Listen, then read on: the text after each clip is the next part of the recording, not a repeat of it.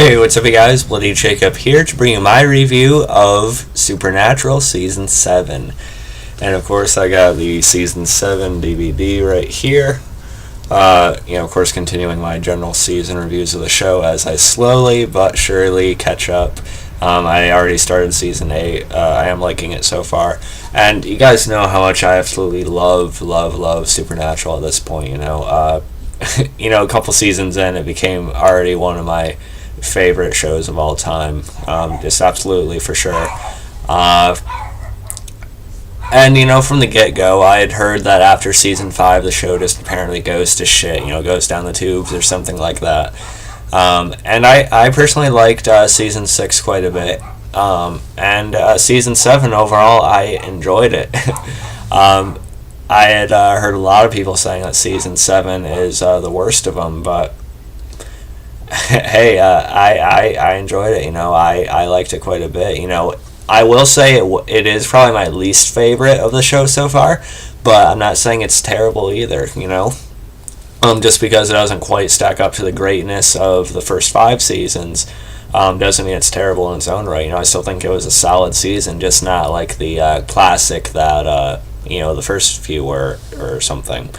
But I still really like this season personally. I think at first it comes off a little bit more thin than the other seasons, but once you hit a certain point a little bit later into the season, I think it starts really retaining some of that supernatural magic that I fell in love with it for, and I ended up really enjoying it. By that point, once what happens with Bobby happens, as well as when we see Bobby return in the way he does, I think it really kicks the show back up a notch or two. And as well as Castiel's reemergence later in the season, I think it really helped out as it went. I will say the season did feel like it had a little, some more filler episodes than others. There were more like a case of the week, monster of the week centric stories than there has been for a while, I think. But Supernatural, I just love Sam and Dean so much, so those are still enjoyable to a certain extent anyway. I do like the cover too. It's pretty nice. You got the Leviathans down there, and then of course Sam and Dean. Now the Leviathans as villains.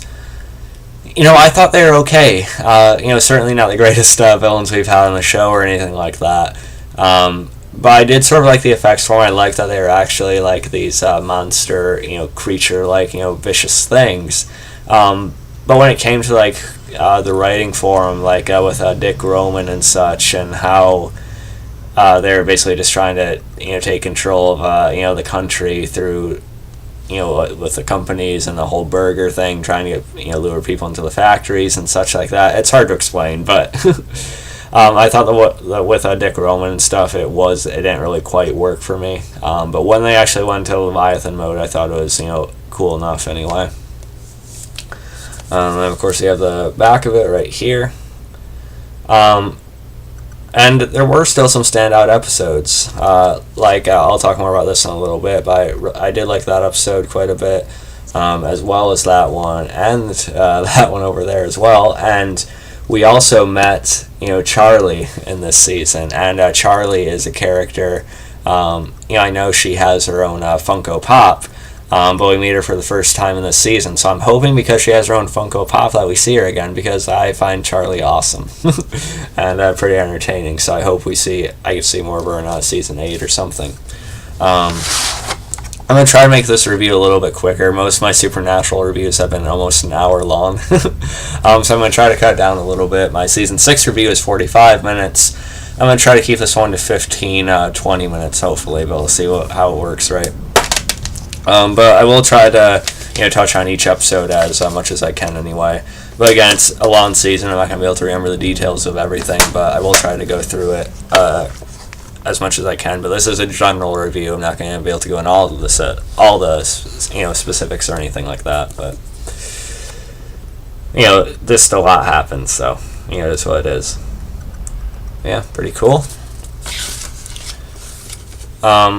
I'll just like sort of talk about the first 2 episodes in one sort of. We start out Castiel. He was essentially God at the beginning of the season, and I liked seeing that more villainous sort of more arrogant side to him, although it really wasn't Castiel in control. It was more of the Leviathans inside of him.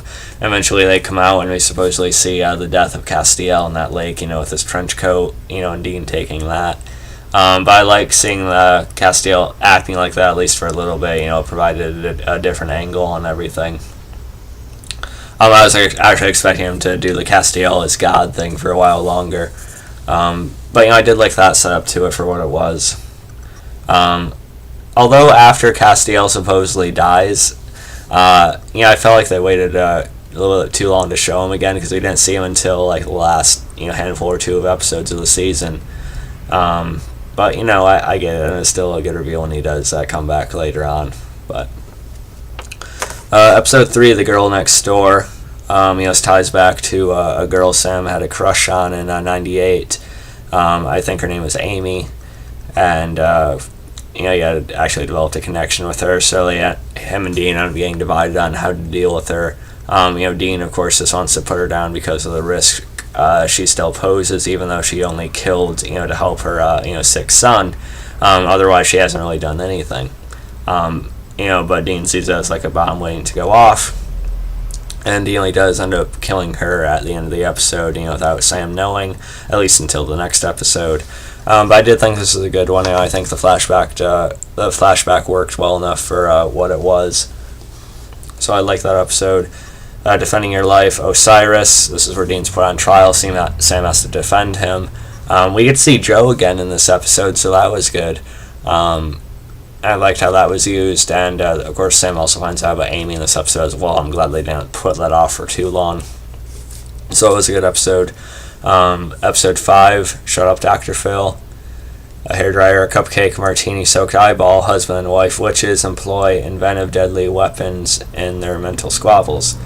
So it's basically this couple having problems. They're witches, so they're trying to ruin each other's lives in different ways like that. I thought this was a fun enough episode. Again, I'm not going to be able to go into detail about everything, but I did like the episode. It wasn't like a favorite, but it was fine. I also liked how the husband actually ended up helping Dean at the end when the wife had left in a hex bag in the room and such. Slash fiction. Most Wanted, Sam and Dean Leviathan clones of the Winchesters go kill crazy, then wait for the FBI to bring the real brothers down. I like the setup for that one. It sort of brought our attention back to the main story and the main threat. I enjoyed it quite a bit. Episode 7, The Mentalists. Sam and Dean investigate the most psychic town in America, where local mediums summon spirits, then daggers from deaths. This is another fine one. Not really a standout, but it's supernatural. I always enjoy it to some extent. Episode 8, Season 7, Time for a Wedding. The Winchester's Vegas trip turns romantic when Sam ties a knot in the little white chapel. Is it true love or a love potion? And we see Emily Perkins' character again in this episode. Emily Perkins, I particularly know her from the Ginger Snaps movies. So it's kind of funny to see her character come back. She just plays a very different role in this one compared to Ginger Snaps. Just her obsession with Sam and such. And we also meet another death dealer in this. Not death dealer, it's not Underworld. But I mean like another Crossroads demon in this episode. But I liked seeing Emily Perkins' character again. It was kind of funny and awkward enough for what it was. So we're on to disc 3 now. And episode 9, How to Unfriends and Influence Monsters. Sam, Dean, and Bobby encounter a monster in the New Jersey woods. I think it's the Jersey Devil. And Dean encounters a monster sandwich at a local restaurant. This is where it starts showing, Leviathan's plan and such, with the goo being inside the burger and such. Kind of played on a lot of, fears and fast food chains and stuff in a way. I always enjoy seeing Dean enjoying a burger. He deserves moments like that. But this one, I thought it was good. I liked their hunt for the thing in the woods. And we also get a pretty shocking moment at the end of the episode. I think it does take place in this episode. Bobby is actually shot in the head and put into a coma.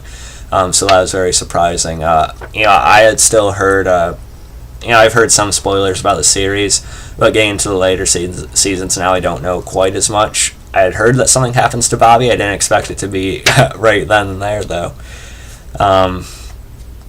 So that was a surprising moment. And then episode 10 with Death's Door. Death's Door opens wide for Bobby. Deep in a coma, the veteran hunter relives the most profound and secret moments of his life. This is a very good episode. This is where the season did take a really good turn for me. It felt very personal. I liked the flashbacks to Bobby's childhood, dealing with his father and such. I didn't expect to lose Bobby, though, and it did hit me pretty hard, to be honest. Bobby does sort of find his way through at the end, evading the Reaper and such, for a little while anyway. But, he leaves Dean and Sam a message, and he calls them idiots before he finally, supposedly checks out. But we don't fully know if he agreed to move on or not.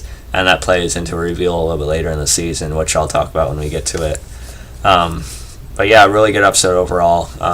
I didn't expect to, in a way, lose Bobby so soon. But, shows kind of have to do that sometimes to, keep that sense of danger going, I guess. Adventures in Babysitting. Devastated by loss, Dean searches relentlessly for Dick, Roman. Sam steps up when a frightened girl calls Bobby's phone asking for help. And this is one of Bobby's contacts. That's the girl I showed you on the back of the case, the little girl. I liked her. She turned out to be a little bit tougher than we think at first. And, she's trying to find her father and such. Bobby was supposed to help her, but of course with Bobby gone, she had to contact them. Or she had gotten into contact with them instead. Thought it was a good episode. Episode 12, Time After Time, hurled back to 44. Dean teams with legendary federal agent, secret hunter, Elliot Ness to find a time-traveling killer. So I sort of like the different period, and there turns out to be this, romantic subplot about, why this guy kept on going back in time to this particular year. And I thought Elliot Ness was a decent character for the episode, and I just like seeing Dean in this time period. It was fun. So only gonna go about 10, 15 more minutes for the video. Slice Girls, episode 13. Dean's a dad after a one-night stand with an Amazon. Too bad the tribe has a postpartum tradition. They dismember the fathers. So that's their tradition. That's their sort of coming of age thing. And we also we've seen the actress who played Jenna on the Vampire Diaries in seasons 1 through 2. She was the Amazon Dean has a one night stand with, so it's kind of funny to see her in this. So it was a fine episode. It wasn't one of the best ones or the standout ones, but I thought it was fine. Episode 14, Plucky, Pennywhistle's magic. I can't pronounce that. Magic Menagerie. I don't know. Apparently I can't speak correctly. But anyway, send in the clowns. A mysterious murderer who uses childhood fears as weapons. Knows Sam's particular vulnerability, and this is a really fun one. We see this place that's really Chuck E. Cheese's. Or as we know Chuck E. Cheese is, it's kind of a play on that. And this guy who seems really perky and smiley, and he greets everyone. He turns out to be behind it. But of course, the highlight of it was seeing Sam confronted by these clowns. So I got a kick out of it for sure.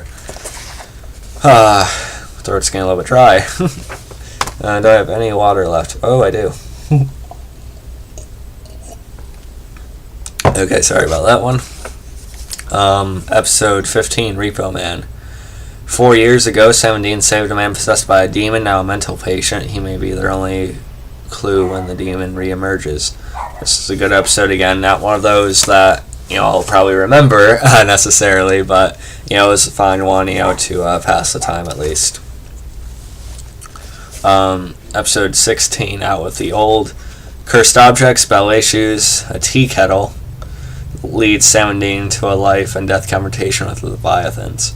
So this is a really good one. Of course, there's this whole. I think I'm thinking of the right one. This is a real estate sad play ad going on, and I thought it was funny when they tried getting the ballet shoes off of the girl practicing. Had to rustle it down as it kept moving around. She kept kicking them. It was funny.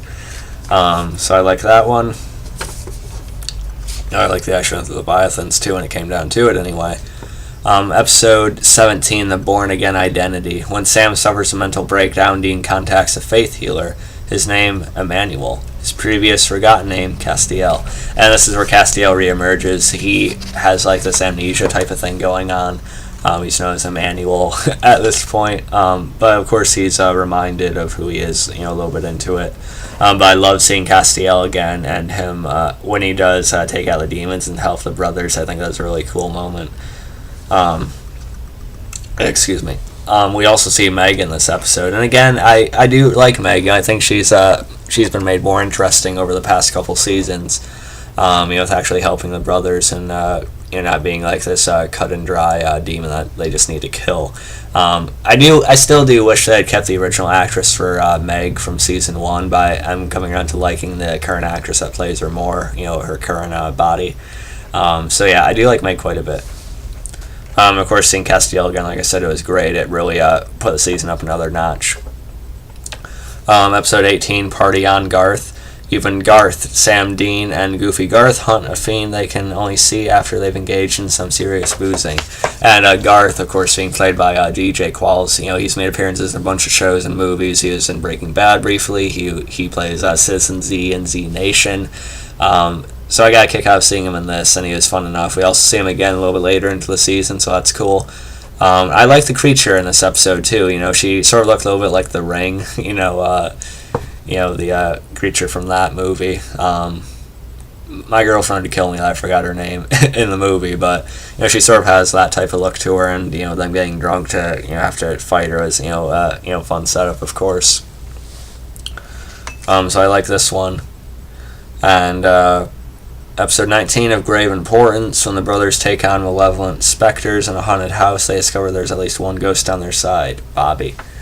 And yeah, that really helped a lot for me. I think we seen it was at the end of Party on Garth, where we see Bobby, that he's still around in some way, in some capacity. He's a ghost now. He chose not to completely move on yet, because he still wants to take care of Sam and Dean. He still wants to help, even though the Reaper had said he'd done enough, which he has. But I'm glad they found a way to bring Bobby back to an extent anyway. So that whole reveal, I think it helped out the season a lot when it happened. So I really like that follow-up episode to it. Episode 20, The Girl with the Dungeons and Dragons Tattoo. Dick Rowan's best hacker, a tattooed social misfit with a motor scooter, puts her skills to work on a hard drive full of info about Sam and Dean.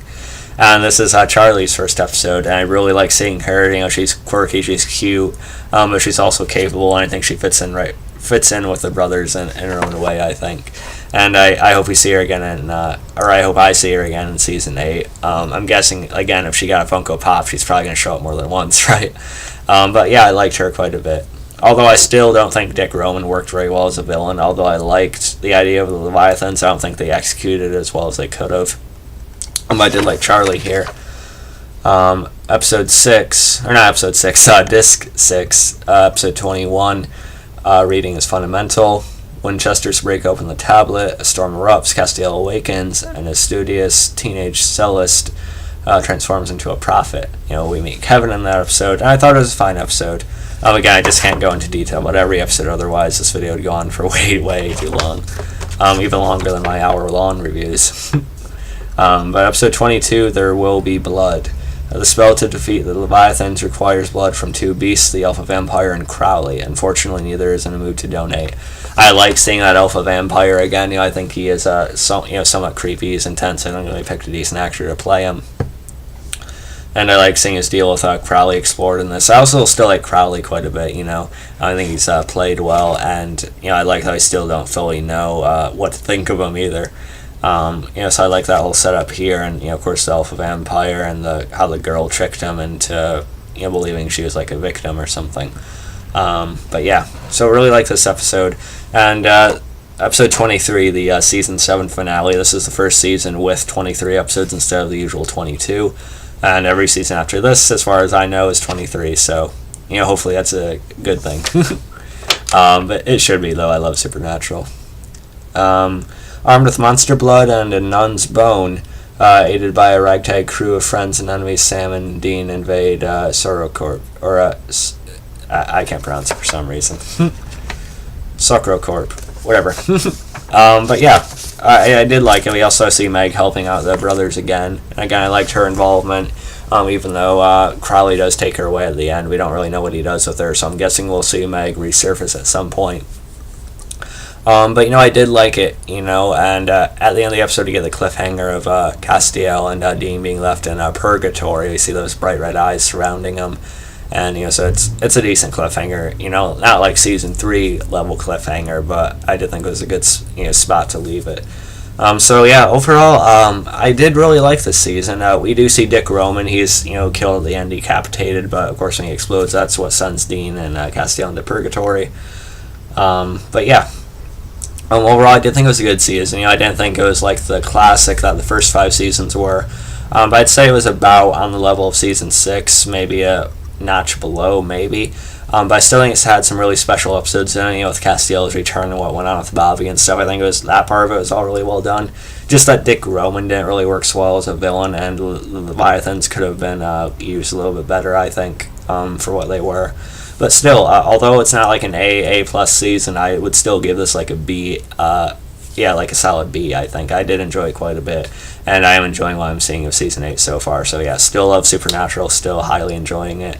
Let me know what you guys thought about it. So yeah, hope you guys enjoyed this video. I kept it less than an hour. I kept it about 20 minutes, like I said. So if you guys liked, I cut it down, quite a bit anyway. So you can follow me on Facebook, Twitter, subscribe. I'll catch you guys next time. Peace.